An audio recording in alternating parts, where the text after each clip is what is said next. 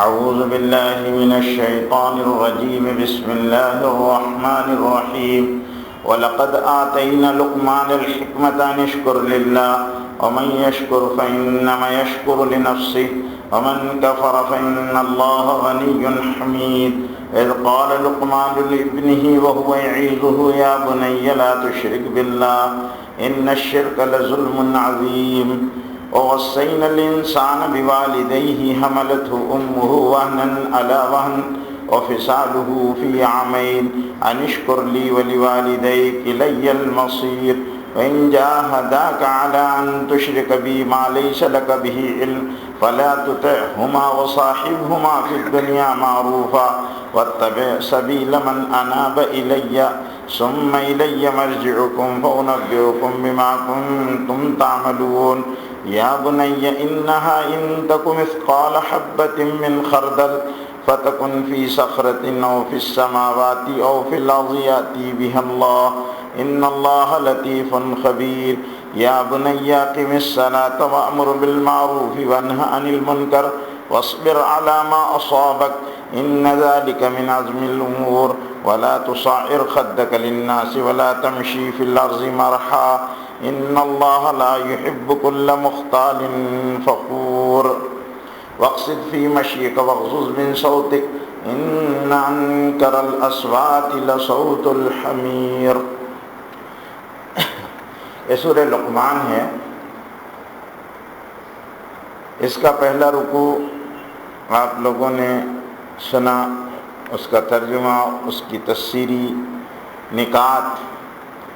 یہاں حضرت لقمان علیہ السلام کی نصیحتوں کا تذکرہ ہے۔ لقمان کون تھے؟ اس سلسلے میں بڑا اختلاف ہے کہ لقمان کون تھے، لیکن حضرت لقمان کو پوری دنیا حکیم لقمان کے نام سے جانتی ہے۔ ان کے بارے میں جو مشہور تفسیری روایتیں ہیں وہ یہ ہے کہ یہ حضرت داؤد علیہ السلام سے پہلے قاضی تھے اور فتویٰ دیا کرتے تھے۔ جب حضرت داؤد علیہ السلام کو اللہ نے نبوت عطا فرمائی تو انہوں نے فتویٰ دینا بند کر دیا کہ آب آمد تیمم برخاست، پانی کی موجودگی میں تیمم نہیں ہو سکتا۔ نبی آ گئے تب نبی کی موجودگی میں غیر نبی فتویٰ نہیں دے سکتا۔ ان کے بارے میں ایک روایت یہ ہے کہ اللہ تعالیٰ نے ان کو دو اختیار دیے تھے، نبوت اور حکمت، کہ تم دونوں میں سے کس چیز کا انتخاب کرتے ہو۔ تو انہوں نے اللہ تعالیٰ سے پوچھا کہ اللہ اس میں یہ اختیاری معاملہ ہے یا یہ آپ کا حکم ہے؟ تو حضرت لقمان علیہ السلام کو اللہ نے کہا کہ نبوت اور حکمت تمہارے لیے اختیاری مسئلہ ہے۔ تو انہوں نے حکمت کو اختیار کیا اور نبوت کو چھوڑ دیا۔ لوگوں نے حضرت لقمان سے پوچھا کہ نبوت تو بہت بڑا اللہ کا انعام ہے اور آپ نے نبوت جیسے انعام کو چھوڑ دیا اور حکمت کو اختیار کیا۔ کہا کہ اللہ اگر مجھے اپنی طرف سے نبوت دیتے تو پھر میرے کاموں میں ان کی مدد ہوتی۔ اللہ نے مجھ سے کہا نبوت چاہیے یا تم کو حکمت چاہیے، تو میں نے اس لیے حکمت اختیار کی کہ اگر میں اپنی ہوشیاری سے نبوت لے لیتا تو اللہ کی مدد نہیں ہوتی، میرے لیے کاموں میں دشواری ہوتی، کیونکہ اللہ نبیوں کا انتخاب اپنے اختیار سے کرتے ہیں اور نبوت کے اختیار کرنے میں کسی کو اختیار نہیں دیتے، اس لیے میں نے حکمت اختیار کی۔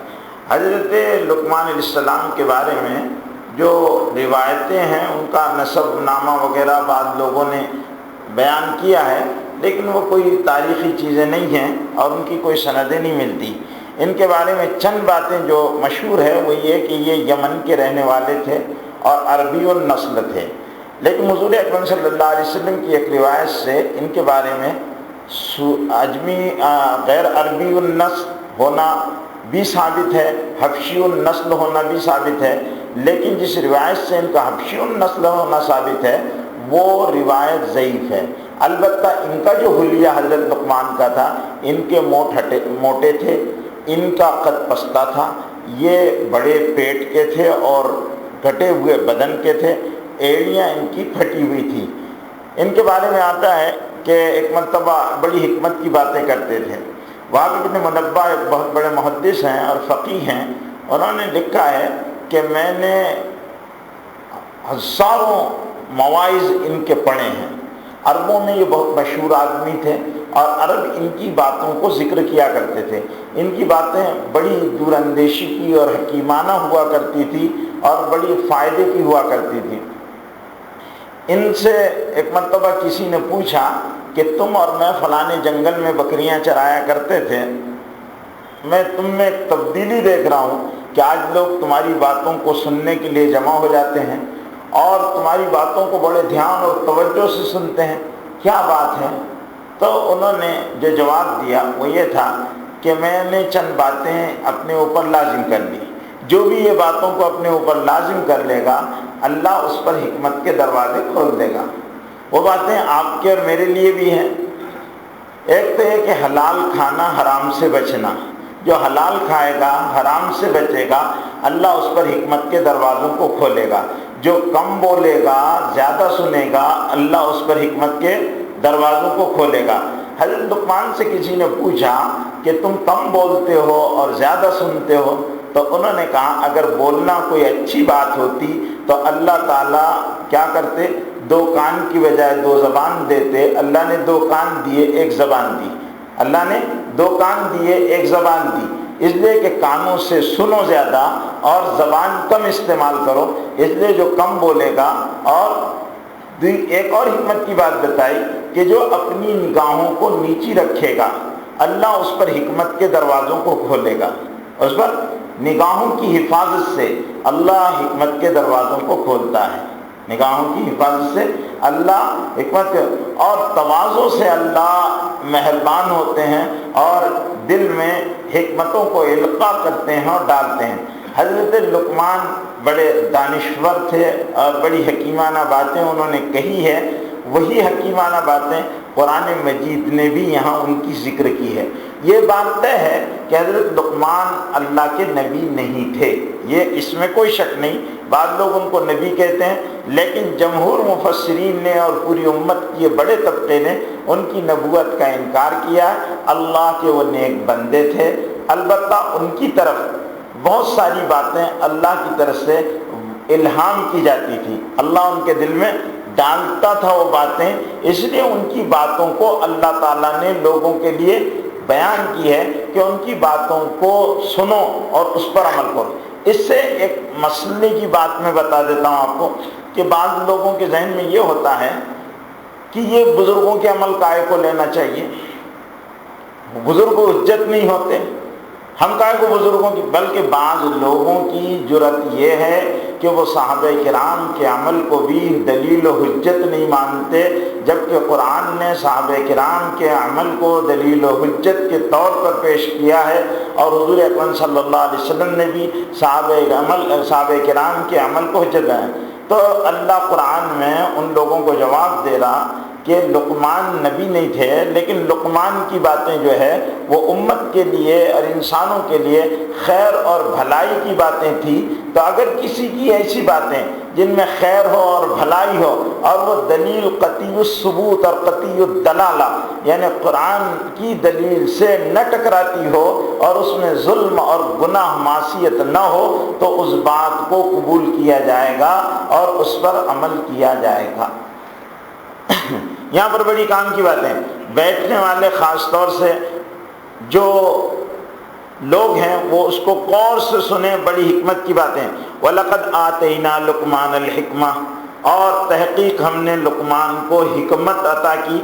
حکمت کے معنی عربی میں ہوتے ہیں دور اندیشی، دانش مندی، علم مع العمل۔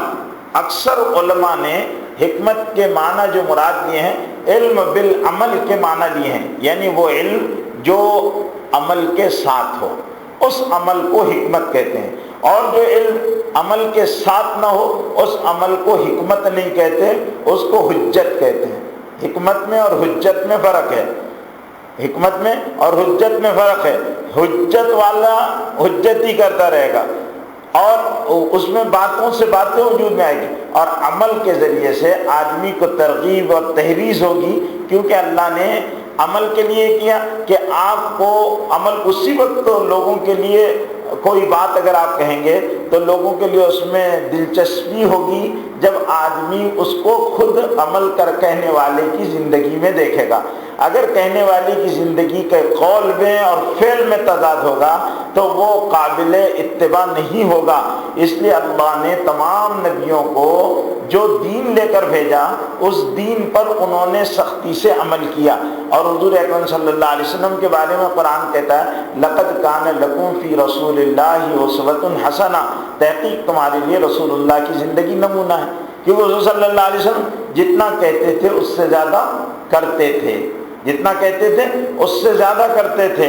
اس کی مثال آپ نے میں نے خود بیانوں میں کئی مرتبہ بتائی ہے کہ حضور صلی اللہ علیہ وسلم نے امت کو 5 ٹائم کی نماز پڑھنے کا حکم دیا، لیکن حضور صلی اللہ علیہ وسلم اشراق، تہجد، اوابین، چاشت یہ نمازیں پڑھا کرتے تھے فرائض کے ساتھ، اور ہماری تمہاری نمازوں کے جیسی نمازیں بھی نہیں ہوتی تھی، بلکہ طویل رکوع اور طویل سجدے ہوا کرتے تھے، اور رمضان میں قیام اللیل کیا کرتے تھے، پوری رات جاگ کر اللہ کے رسول عبادت کرتے تھے، اور جب تھک جاتے تو تھوڑی دیر بیٹھتے، لیکن اس بیٹھنے کو تربیحہ کہتے، آرام کرتے اتنی دیر جتنی دیر بدن کو راحت ہو جائے، پھر کھڑے رہتے، اور اس طرح پوری رات حضور صلی اللہ علیہ وسلم کی قیام اللیل میں گزر جاتی تھی۔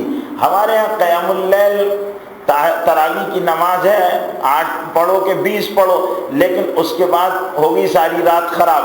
ہماری قیام اللیل خرافات ہے، اور صحابہ کی اور رسول پاک صلی اللہ علیہ وسلم کی قیام اللیل عبادت تھی۔ یہ فرق ہے وہ قیام اللیل میں اور اس قیام اللیل میں۔ تو یہاں پر کہا جا رہا وَلَقَدْ آتَيْنَا لُقْمَانَ الْحِكْمَةَ أَنِ اشْكُرْ لِلَّهِ، اور تحقیق ہم نے لقمان کو حکمت عطا کی تھی کہ وہ اللہ کا شکر ادا کریں۔ نعمت پر اللہ بندے سے شکر گزاری چاہتے ہیں، تو لقمان علیہ السلام کو اللہ نے حکمت دی تو ان سے مطالبہ کیا کہ تم میری اس نعمت پر شکر کرو۔ شکر کرنے سے کیا ہوتا ہے؟ بھلا اپنا ہوتا ہے، بھلا اپنا ہوتا ہے۔ دنیا میں آپ نے کوئی کسی کے ساتھ بھلائی کرتا ہے تو آدمی اس کو، آج تو ہم پر غیر اسلامی رنگ ہے، اس لیے ہم کیا کہتے ہیں؟ تھینک یو، ہم یہ کہتے ہیں، یا شکریہ کہتے ہیں۔ یہ غیر اسلامی اصطلاحات ہمارے درمیان رائج ہو گئی ہے جس پر ہم کو اجر نہیں ملتا۔ اگر ہم کسی کے احسان کے بدلے میں احسان پر جزاک اللہ خیر الجزا کہیں گے کہ اللہ تم کو بہترین بدلہ عطا کرے، تو یہ دعا ہے، اور اس کے حق میں اگر وہ دعا قبول ہوتی ہے تو وہ آپ کا احسان مند ہوتا ہے۔ انشکر للہ، کہ تم اللہ کا شکر ادا کرو۔ اور اللہ کا ضابطہ کیا ہے کہ جن کو اللہ نعمتیں دیتے ہیں اللہ تعالیٰ ان سے نعمتوں کی قدر بھی چاہتے ہیں۔ نعمت کی قدر یہ ہے کہ بندہ اس نعمت کو پر اللہ کی خوب تعریف بیان کرے۔ اللہ رب العزت کو تعریف بندوں کی ضرورت نہیں ہے، لیکن اللہ کہتے ہیں لَإِن شَكَرْتُمْ لَأَزِيدَنَّكُمْ وَلَإِن كَفَرْتُمْ إِنَّ عَذَابِي لَشَدِيدٌ۔ اگر تم شکر کرو گے تو میں بڑھا دوں گا، ناشکری کرو گے تو میری پکڑ، میرا عذاب بہت سخت ہے۔ وَلَئِن شَكَرْتُمْ لَأَزِيدَنَّكُمْ وَلَئِن كَفَرْتُمْ إِنَّ عَذَابِي لَشَدِيدٌ وَمَن يَشْكُرْ فَإِنَّمَا يَشْكُرُ۔ اور اللہ کہہ رہے ہیں کہ جو شکر کرتے ہو تو میرا شکر اوپر سے تمہارے شکر کی مجھے ضرورت نہیں ہے۔ فَإِنَّمَا يَشْكُرُ لِنَفْسِهِ، تم اپنے ہی لیے شکر کرو گے، اپنے ہی لیے شکر کرو گے۔ شکر کے معنی 3 ہیں۔ ایک تو یہ ہے کہ نعمت کا اظہار بندے کی ذات سے محسوس ہونا چاہیے۔ ایک کو اللہ نے مال دیا، اب مال دیا تو اللہ تعالیٰ یہ چاہتے ہیں ان اللہ یحب ان یرا اثر نعمتہ علی عبدہ، اللہ چاہتے ہیں کہ اپنے بندے پر اس کی نعمت کا اثر ہے۔ مال تو بہت دیا، لیکن اب وہ کیا کرتا ہے کہ مال ہونے کے باوجود جاتا ہے اور بھٹیار خانے میں کھانا کھاتا ہے۔ جہاں 10 روپے میں غریبوں کو کھانا ملتا ہے، وہ بہت بڑا پیسے والا ہے لیکن خسیس آدمی ہے، اور بخل کی وجہ سے بھٹیار خانے میں جا کر کھانا کھاتا ہے، یا بالکل مہین ہلکے بالکل گھٹیا قسم کے کپڑے پہنتا ہے اور بالکل پیدل چلتا ہے اور گھٹیا، تو یہ اللہ کو پسند نہیں۔ ایک تو اللہ چاہتے ہیں کہ بندے پر اپنی نعمت کا اثر دیکھے، دوسری یہ کہ بندہ اس نعمت کی قدر کرے۔ مال کو دیا اللہ نے تو مال کو نافرمانی میں ضائع نہ کرے۔ اب بعض لوگوں کو اللہ مال دیتے ہیں تو مال کیا کرتے ہیں، پھر وہ عیاشیوں میں ضائع کرتے ہیں، پھر وہ مال کو ایسا بے دریغ خرچ کرنے لگتے ہیں، اس کی قدر نہیں کرتے۔ تیسری بات یہ ہے کہ بندہ اللہ کی خوب حمد و ثنا اور توصیف بیان، اے اللہ میں اس لائق نہیں تھا، لیکن آپ نے مجھے کچھ سمجھ کر دیا ہے، مجھے کچھ سمجھ کر یہ مال دیا، یہ دولت دی، یہ چیزیں دی، یہ نعمت دی، یہ علم دیا، یہ جوانی دی، یہ صلاحیت دی، تو اب مجھے آپ کے حکموں کو خوب پورا کرنا ہے، تو وہ اللہ کے حکموں میں پورا کرنا، یہ ہے نعمت کا شکر۔ تو اس میں انسان کو ہی فائدہ ہے، جب انسان شکر کرتا ہے تو اللہ اس کے مال میں اس کو دی ہوئی صلاحیتوں میں اضافہ کر دیتے ہیں۔ ومن کفر، اور جو ناشکری کرتا ہے، فإن اللہ غنی حمید، تو اللہ بے نیاز ہے اور وہ بڑی قابل تعریف ذات ہے، ان کو بندوں کی تعریف کرنے کی ضرورت نہیں کہ کوئی اللہ میاں اللہ کو شکریہ ادا کرے اور اللہ کو تھینک یو کہے، یہ ان کو اللہ ان ساری چیزوں سے بے نیاز ہے، غنی حمید، بے نیاز ہے۔ وَإِذْ قَالَ لُقْمَانُ، اب یہاں تو حضرت لقمان علیہ السلام کو اس لیے کہا تھا کہ لقمان علیہ السلام کو ایک غیر معمولی حکمت عطا کی تھی اللہ نے، اور بڑی زبردست دانش مندی کی وہ باتیں کیا کرتے تھے، اس لیے ان کی باتیں بڑی کتابوں میں لکھی ہوئی ہے اور بڑی حکمت کی باتیں اس میں، تو وہاں سے چند باتیں اللہ یہاں بیان کر رہی ہے۔ یہ کیوں بیان کر رہے ہیں؟ اس لیے کہ مکے کے مشرک جو ہے لقمان، حضرت لقمان کی باتوں کو پڑھا کرتے تھے اور ان کی باتیں ان کے اشعار میں اس کا ذکر کیا کرتے تھے، اور وہ لقمان علیہ السلام کی نصائح، پند و موعظت سے واقف تھے، تو اس لیے اللہ رب العزت ان کو سمجھانا چاہ رہا کہ تم محمد صلی اللہ علیہ وسلم جن چیزوں سے منع کر رہے ہیں، شرک سے اور گناہ کے کاموں سے، تو تم اس بات کو نہیں لے رہے، اور جس لقمان کو تم جانتے ہو اور ان کی باتیں تمہارے درمیان میں ضرب المثل اور کہاوتوں کے طور پر مشہور ہے، وہ لقمان بھی تو ہمارا بندہ تھا، وہ لقمان بھی تو اس طرح کی باتیں کہا کرتا تھا۔ تو اللہ رب العزت یہاں مثال کے طور پر چند باتیں حضرت لقمان علیہ السلام کی حکمت کی، لیکن وہ ہمارے بھی بڑے فائدے کی ہے۔ وہ کیا کہہ رہے ہیں؟ وَإِذْ قَالَ لُقْمَانُ لِابْنِهِ، اور جب کہا لقمان علیہ السلام نے اپنے بیٹے سے، وَهُوَ يَعِظُهُ، اور وہ اس کو نصیحت کر رہے تھے لقمان علیہ السلام۔ اب یہاں سے مولانا حفظ الرحمن سیہاروی نے ایک بڑا اچھا نقطہ بیان کیا، اور مجھے بھی وہ بڑا یعنی پسند آئی وہ بات، کہ اگر لقمان علیہ السلام کے بارے میں ایک روایت یہ ہے کہ وہ اپنے زمانے کے بادشاہ تھے اور عاد ثانیہ سے ان کا تعلق تھا، اور کیونکہ نصیحت جو آگے نصیحت کے الفاظ ہیں تو ظاہر بات ہے کہ ایسے جو نواب زادے ہوتے ہیں یا بادشاہ زادے ہوتے ہیں، شہزادے ہوتے ہیں، انہی کے مزاج میں وہ خرابیاں پیدا ہوتی ہے، کبر پیدا ہوتا ہے، اکڑ پیدا ہوتی ہے، لوگوں کا مذاق اڑانے کا مزاج پیدا ہوتا ہے۔ یہ نچلے اور غریبوں کے اندر یہ مزاج نہیں، ان کو بیچاروں کو فرصت ہی نہیں ملتی ہے کہ وہ اکڑیں اور مکڑیں، تو اس کے لیے یہ لقمان علیہ السلام کا بیٹا جو ہے وہ کوئی یعنی وی آئی پی قسم کا یہ کوئی فیملی ہے حضرت لقمان علیہ السلام کی، جن کے پاس حکمت بھی ہے اور دانائی بھی ہے اور رسوخ بھی ہے، اور ان کا بیٹا بھی ایک خاص قسم کا بیٹا ہے، کیونکہ بڑوں کے بیٹے کیا ہوتے ہیں کہ ان کو یہ غرہ ہو جاتا ہے کہ میں پدرم سلطان بود میرے ابا بادشاہ تھے، پدرم سلطان بود میرے ابا بادشاہ تھے۔ تو اب آپ دیکھتے ہوں گے کہ پیروں کے بیٹے پیروں سے کم نہیں رہتے، بادشاہوں کے بیٹے بادشاہوں سے کم نہیں رہتے، مزاج مشیخت کا بن جاتا ہے، اور پھر وہ اس کی وجہ سے کیا ہوتا ہے کہ کسی کو خاطر میں نہیں لاتے۔ یہی بھیونڈی کے سیٹوں کی اولاد کو دیکھ لو اور بس تم کو سب سمجھ میں آ جائے گی کہانی کہ کیا حال رہتا ان کا، کہ وہ سب کو کسی کو خاطر میں نہیں لاتے۔ تو یہ مزاج جو ہے، اس وجہ سے حضرت لقمان علیہ السلام اپنے بیٹے کو سمجھا رہے کہ بیٹے دیکھو یہ ایسا ہوتا ہے، مال کا نشہ الگ ہوتا ہے، علم کا نشہ الگ ہوتا ہے، مشیخت کا نشہ الگ ہوتا ہے، بادشاہت کا نشہ الگ ہوتا ہے، یہ نشے بڑے خراب نشے ہیں، یہ انسان کو مٹا دیا کرتے ہیں، اس لیے میں تم کو کام کی اور پتی کی باتیں بتا رہا ہوں۔ وَإِذْ قَالَ لُقْمَانُ لِابْنِهِ وَهُوَ يَعِظُهُ، اور وہ ان کو نصیحت کر رہے تھے، یا بنیا لا تشرک باللہ، سب سے پہلی بات کیا بتائی کہ اے بیٹے اللہ کے ساتھ کسی کو شریک مت بنانا. کیوں کہ اللہ واحد ہے، یکتا ہے اور بے مثال ہے، اس کے ساتھ کوئی نہیں، عبادت میں، صفات میں اور ذات میں کوئی شریک نہیں. مانگنا ہے تو اس سے مانگو، ٹھیک ہے. ہم اللہ کو مانتے ہیں لیکن ڈائریکٹ ہم اللہ سے کیسے کانٹیکٹ کریں گے؟ تو بائی پاس انڈائریکٹ ہم اس طرح کام پکڑے نہیں. اللہ کے ہاں ڈائریکٹ ہے سارا معاملہ. کوئی بھی مانگو کسی کا، اللہ کہتے ادعونی استجب لکم، پکارو میں پکار کو قبول کرتا ہوں. انی الہکم الہ واحد، میں تمہارا ایک خدا، میں ہوں تمہارا ایک خدا. حضرت موسیٰ کو بھیج رہے فرعون کے پاس، کہہ رہے جاؤ اذهب الی فرعون، اے موسیٰ جاؤ فرعون کے پاس اور اس سے کہو کہ قل اننی انا اللہ لا الہ الا انا، کہہ دو اے موسیٰ کہ میں ایک اللہ ہوں، میرے سوا کوئی عبادت کے لائق نہیں. تو اللہ کے ساتھ کسی کو شریک نہیں ٹھہرانا.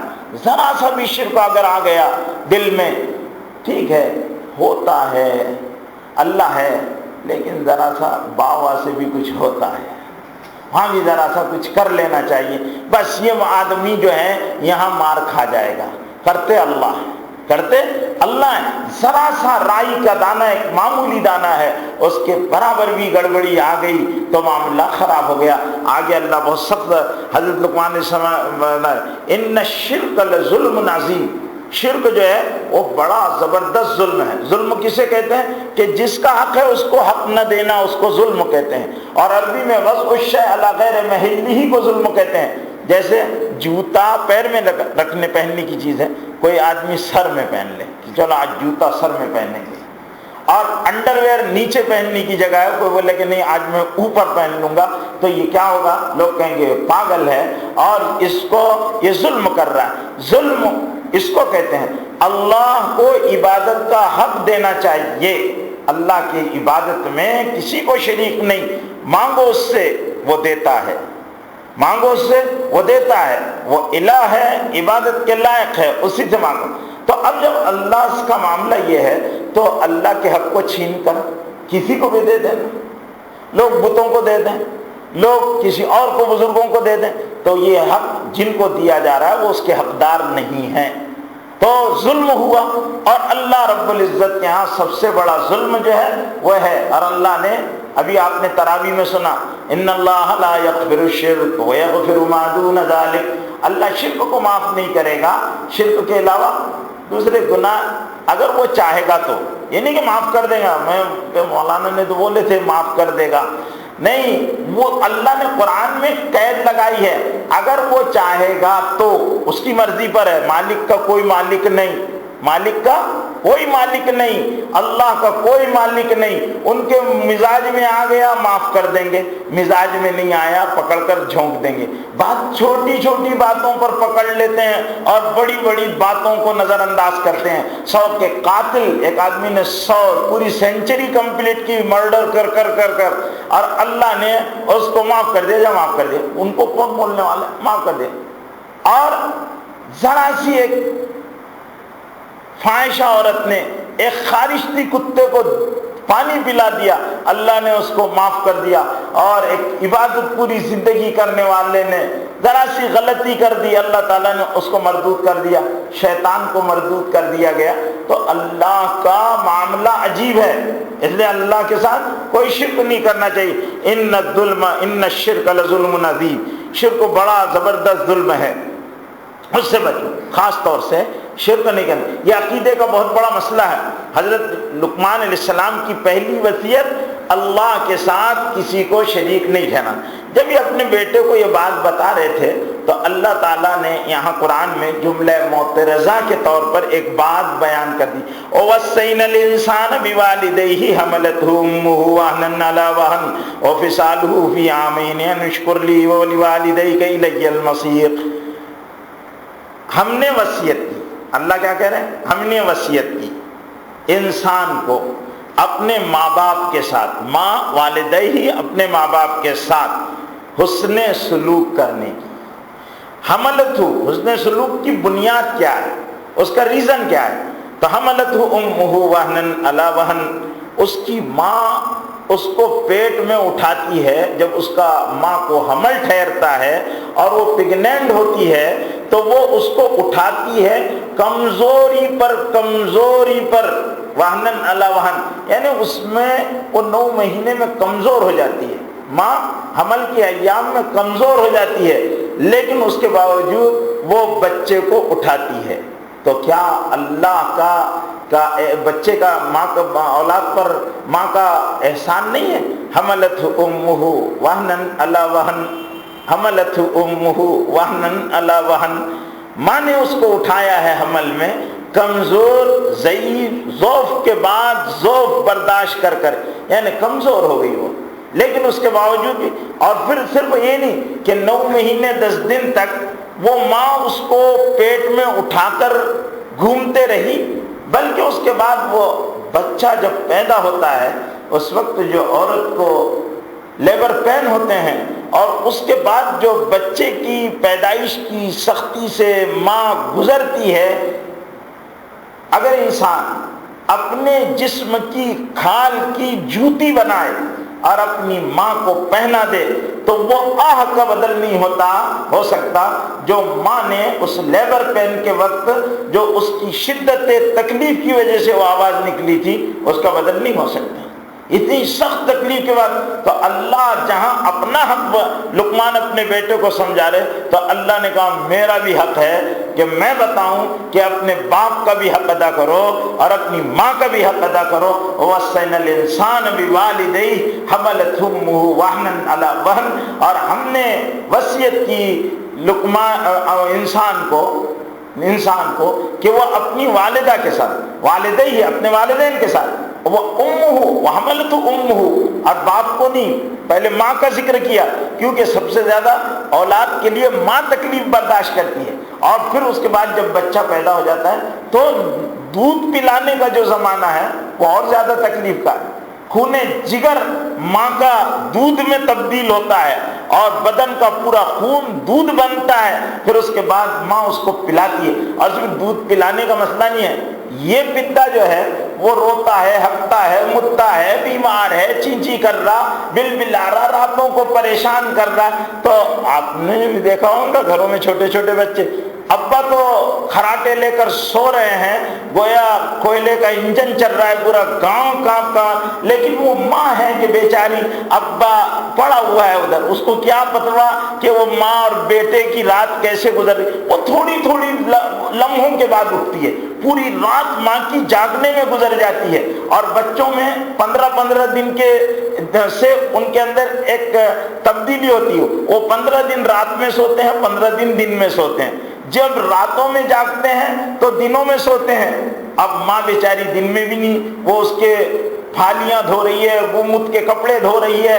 اور پریشان ہے، ادھر اس کو کھانا بھی کھانا ہے اور کھلانا بھی، اور یہ ہیں صاحبزادے کہ مست لمبی تان کر سوئے ہوئے ہیں۔ تو کیا اس ماں کا احسان میرے بھائیوں کوئی نعمت کے ذریعے سے ادا کیا جا سکتا ہے؟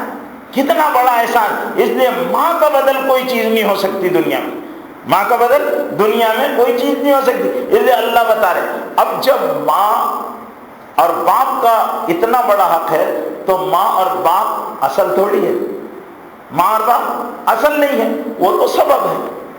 ابا اور اماں ملے سبب بنا بچہ پیدا ہونے کا، اللہ نے ماں اور باپ کو سبب کے طور پر استعمال کیا، جو اصل ہے وہ تو اللہ ہے۔ جب ماں اور باپ سبب ہے اور اصل نہیں ہے، اللہ اصل ہے، تو اللہ کا حق کتنا ہے یہ بتانا ہے اللہ کو اصل میں۔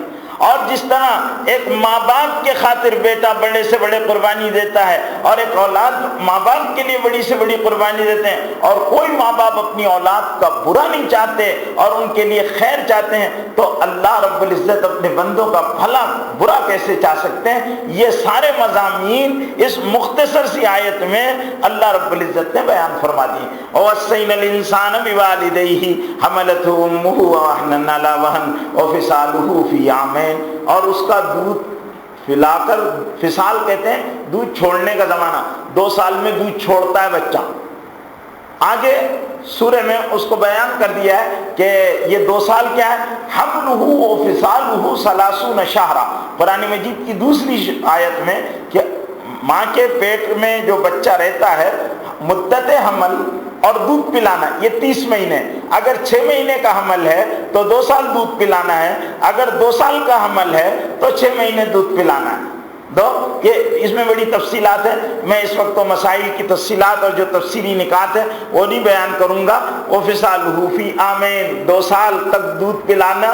اب یہ 2 سال تک تو بچہ جو ہے وہ تو ماں کے رحم و کرم پر ہی رہتا، اس کو تو یہ ہے کہ اماں وہی اٹھائے گی، وہ ابا بول نہیں سکتا، یہ ماں اس سے دیوانوں کی طرح بات کرتی رہتی ہے۔ تو اللہ وہ تعلق بتا رہے ہیں فی آمین انشکر لی، کہ تو شکر کر میرا، وَلِوَالِدَيْكَ، اور اپنے ماں باپ کا، میرا اور اپنے والدین کا، اِلَيَّ الْمَصِيرُ، اور سمجھ لے انسان میری طرف آنا ہے، میری طرف آنا ہے۔ ماں باپ کی ناقدری کی اور ان کا دل توڑا، ان کا دل دکھایا، اور میری نافرمانی کی اور میری نعمتوں کا اور ماں باپ کی قدر نہ کر کر تو نے اپنے آپ کو برباد کیا، تو یاد رکھ میری طرف آنا ہے۔ یہ وارننگ ہے، یہ وہ چتاونی والی بات ہے، اِلَيَّ الْمَصِيرُ، میری طرف آنا ہے۔